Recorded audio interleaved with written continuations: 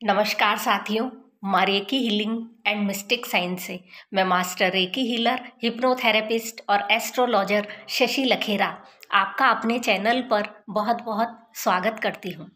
साथियों, आज हम बात करेंगे यूनिवर्सल लॉज के बारे में, ब्रह्मांड के नियमों के बारे में। ऐसे कौन से नियम हैं जिन्हें ब्रह्मांड की बनाई हुई हर चीज़ फॉलो कर रही है और अगर फॉलो नहीं करती है तो उसे फॉलो करना पड़ जाता है। तो ऐसे साथियों कौन से नियम हैं?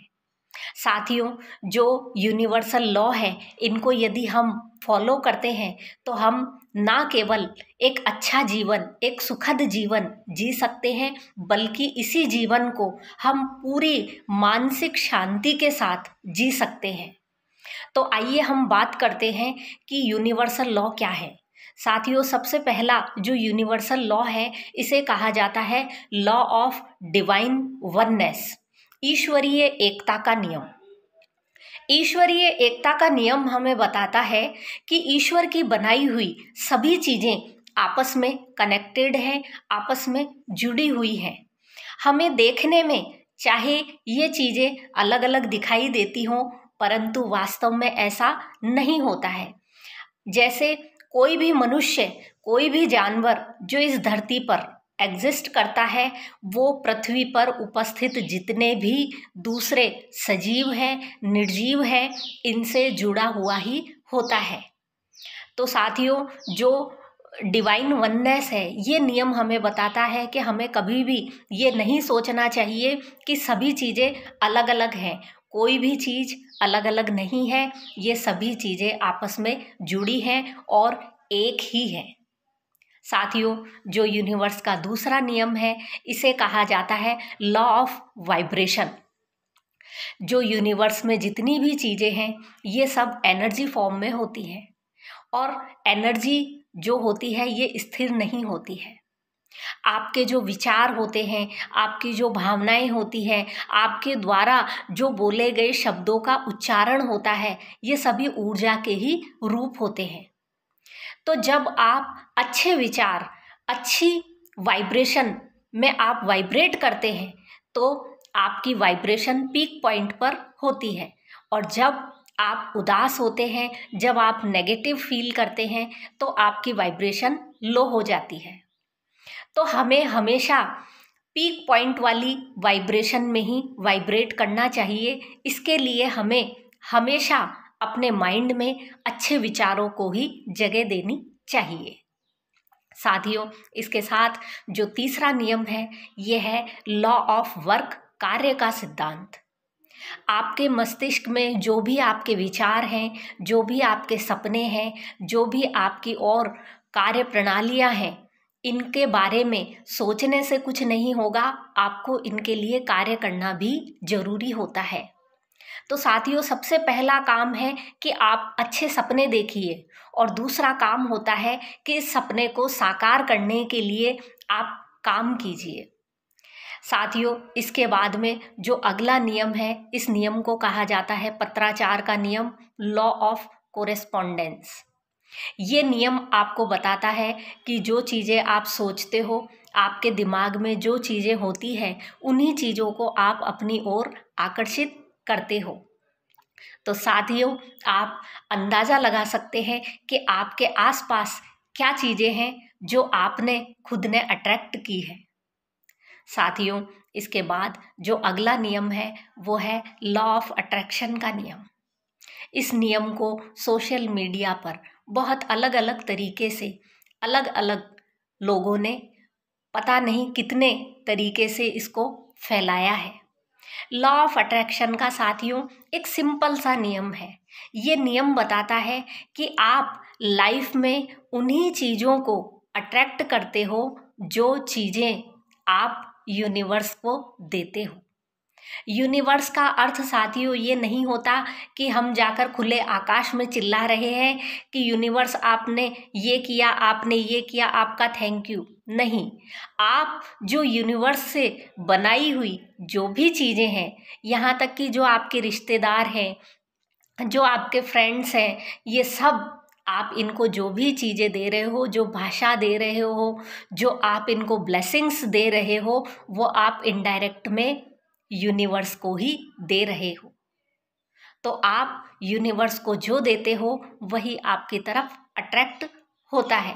इसलिए आपको हमेशा थैंक यू, फॉरगिवनेस और ग्रैटिट्यूड, इन चीज़ों को हमेशा यूनिवर्स की तरफ भेजना चाहिए, दूसरे लोगों की तरफ भेजना चाहिए, ताकि आपके जीवन में ऐसे मौके आ सकें जिनसे आप बार बार इन शब्दों को दोहरा सकें। साथियों, इसके साथ ही जो अगला सिद्धांत है उस सिद्धांत को कहा जाता है law of polarity. Law of polarity आपको बताता है कि प्रकृति में जितनी भी चीज़ है वो एक ही रूप में नहीं है, उन सभी के दो रूप होते हैं।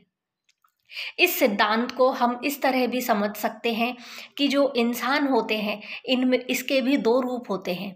एक उसकी अच्छी आदत होती है और एक उसकी बुरी लत होती है।